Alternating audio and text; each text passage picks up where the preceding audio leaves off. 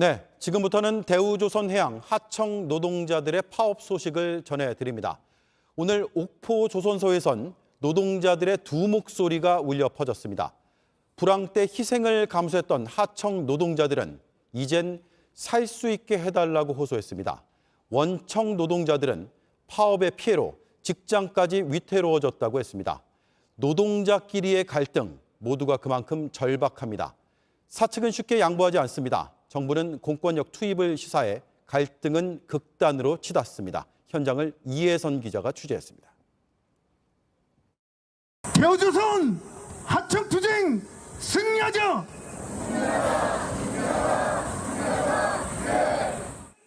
손에 든 피켓엔 승리란 단어를 적었습니다. 하지만 이기고 지는 게 아니라 먹고 살아가는 문제입니다. 악을 쓰며 외치는 구호에 얼굴은 벌개졌고 몸엔 땀이 흐릅니다. 하청 노동자 농성 현장에 곧 공권력이 투입될 수 있다는 절박감이 큽니다. 교섭 지원입니까? 경찰 병력 배치하고 공권력 투입으로 압박하고 있는 것이 대우조선 앞에 모인 하청 노동자들과 금속 노조원들. 조선업 불황이 시작된 뒤 희생해온 하청 노동자들의 사정을 알아달라고 외칩니다. 가족과 함께 먹고 살 수 있는 임금을 달라는 것이 불법이라고요? 이 투쟁의 합법 불법이 어디 있습니까? 하청 노동자들이 길거리 행진을 하는 같은 시각 조선소 내부에는 원청 직원 3천여 명이 모였습니다. 대우조선은 하청지회의 놀이터가 될 수 없다는 현수막을 들었습니다. 공권력이 정리하라! 파업이 길어지면서 늘어나는 피해액을 감당하기 힘들다는 현실론입니다. 1만 3천여 명이던 원청 직원들도 지난 몇 년 동료 4천여 명이 떠나는 걸 지켜봐야 했습니다. 원청 노동자 한 명은 철제 난간에 올라가 맞불 농성을 벌였습니다. 매출액 약 1조가 방문합니다. 일하고 싶어요. 일하고 싶습니다. 원청 직원들은 하청 노조 지지 현수막을 찍기도 하고 금속 노조 탈퇴 논의도 시작했습니다. 을들의 다툼, 각자 절박하고 모두 외쳐야 할 이유가 있습니다. 정부가 공권력 투입 가능성을 내비친 가운데 조선소 주변 경찰수는 점점 늘고 있습니다. 점거 농성 현장이 워낙 높고 철제 구조물과 가연물질이 있어서 그만큼 우려도 커지고 있습니다. 경찰은 노노 충돌 가능성도 있어서 돌발 상황에 대비하고 있다고 밝혔습니다. 노노와 노사 갈등에다 공권력 투입 가능성까지 대우조선 해양 주변 긴장감은 갈수록 높아지고 있습니다. JTBC 이혜선입니다. 네, 하청 노동자들이 내건 구호의 첫머리는 국민 여러분 죄송합니다입니다. 자신들의 파업에 곱지 않은 시선이 적지 않다는 걸 스스로 알고 있는 것이죠. 그럼에도 극한 투쟁에 나설 수밖에 없다고 이들은 말합니다. 현장의 목소리 이가혁 기자가 보도합니다. 스스로를 좁은 쇠창살에 가둔 하청 노동자 유최한 씨. 언제나 문제가 생기면 모든 책임을 하청 노동자가 질 수밖에 없는 이 구조입니다. 이 구조 속에서 할 수 있는 일이 있으면 말씀해 주십시오. 이거 말고 할 수 있는 일이 있으면 말씀해 주십시오. 그가 원하는 건 노동자로서 기본 권리를 가지겠다는 겁니다. 차별당하지 않고 인간답게 살 수 있는 권리를 원합니다.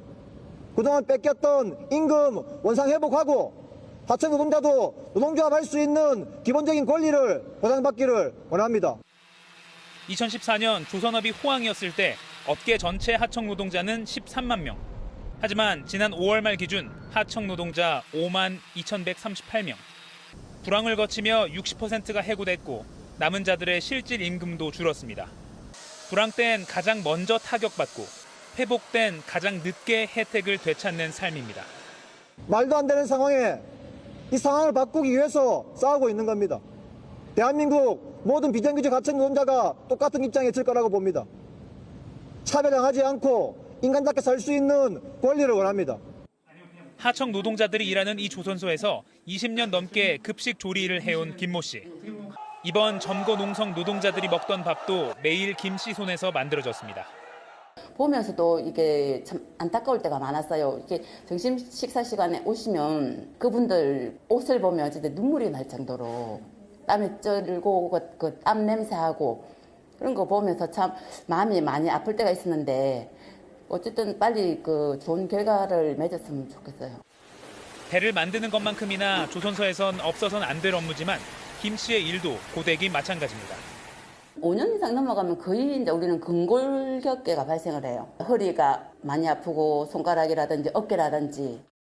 역시 하청 노동자인 김 씨가 버는 돈은 근속수당을 포함해야 간신히 최저임금을 넘기는 수준입니다. 세계 1위라는 조선업. 정작 이 일터의 현실은 더 이상 지속 가능하지 않다는 게 하청 노동자들의 목소리입니다. JTBC 이가혁입니다. 네, 대우조선해양에선 현재 노사 교섭이 한창입니다. 이정식 고용노동부 장관도 어제에 이어 또다시 이곳을 찾았습니다. 타결이 임박했다는 얘기도 들립니다. 현장을 연결하겠습니다. 배승주 기자, 먼저 농성장 상황부터 들어볼까요? 네, 저는 전고 농성이 진행 중인 30만 톤급 원유 운반선 앞에 나와 있습니다. 보시는 것처럼 15m 상공에선 전고 농성이 이어지고 있습니다. 스스로 철골 구조물에 들어가 입구를 용접한 노조원 유채한 씨도 그 자리에 있습니다. 오늘로 29일째입니다. 바로 옆에선 또 다른 농성도 시작됐습니다. 대우조선해양 직원 김모 씨인데 파업 중단을 요구하고 있습니다. 네, 지금 노사협상이 진행되고 있습니다. 임금 30% 인상안을 놓고 견해차를 좁히지 못했는데 진전이 있습니까? 네, 협상은 조금 전 7시 반부터 시작됐습니다. 앞서 오늘 오전 11시에 시작했다 오후 1시쯤 잠시 중단했습니다. 사측이 제시한 4.5% 인상안을 노조 측에서 검토해보겠다고 한 뒤 자리를 뜬 겁니다. 노조원들이 4.5% 인상을 수용했는지는 아직 알려지지 않았습니다. 어제 노조는 5% 인상에 내년 10% 인상안을 고수했는데 하루 만에 큰 진전이 있는 셈입니다. 네, 그리고 이정식 고용노동부 장관이 오늘도 거제를 찾았습니다. 협상 타결이 임박했다는 뜻일까요? 네, 이정식 고용노동부 장관은 오늘 오후 6시 50분쯤 대우조선해양에 도착했습니다. 양측 협상에 앞서 원청과 하청 노사를 만나 양쪽 모두 한 발씩 양보해 좋은 결과를 만들어 달라고 말했습니다. 이 장관의 방문은 예정이 없었는데요. 이 때문에 협상이 막바지에 달했다는 분석이 나오고 있습니다. 자, 그렇다면 오늘 안에 해결될 가능성이 있는 겁니까? 꼭 그렇지는 않습니다. 노조 측은 모두 9가지 협상안을 제시했습니다. 임금 인상과 상여금, 노조 활동 보장 등입니다. 이 중 임금이 첫 단추고 나머지 8가지 안은 아직 시작조차 하지 못했습니다. 파업으로 인해 생긴 7천억 원에 대한 막대한 손실 금액도 막판 걸림돌입니다.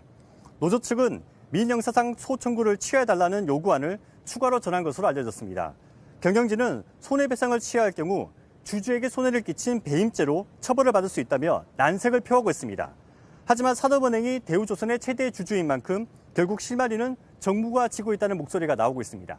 네, 배승주 기자 잘 들었습니다.